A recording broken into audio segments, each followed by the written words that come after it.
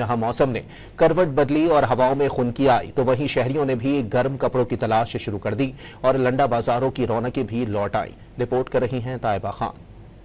सर्दी की पहली दस्तक के साथ ही लंडा बाजार में खरीदारों का रश बढ़ गया। हर तरफ गर्म कोट, जैकेट, स्वेटर्स की भरमार है। शहरी कम कीमत पर मियारी कपड़े खरीदने के लिए लंडे बाजार का रुख करने लगे हैं। देखते हैं बच्चों के अगर कोई अच्छी सी चीज़ ढूंढने मिल जाए, यहाँ पे चीज़ें सारे बाहर से आते हैं तो अच्छी चीज़ें मिल रही हैं यहाँ पे, तो देखते हैं और रेट के मुनासिब से भी बहुत अच्छे हैं। लास्ट ईयर के मुकाबले में यहाँ पे भी महंगाई ज़्यादा हो गई है और ये कि अच्छी चीज़ मिल जाती है। मतलब यहाँ से मैंने कुछ शूज़ वगैरह भी लिए, स्वेटर भी लिए, मतलब अच्छी चीज़ में बच्चों के लिए भी शॉपिंग की है मैंने यहाँ से।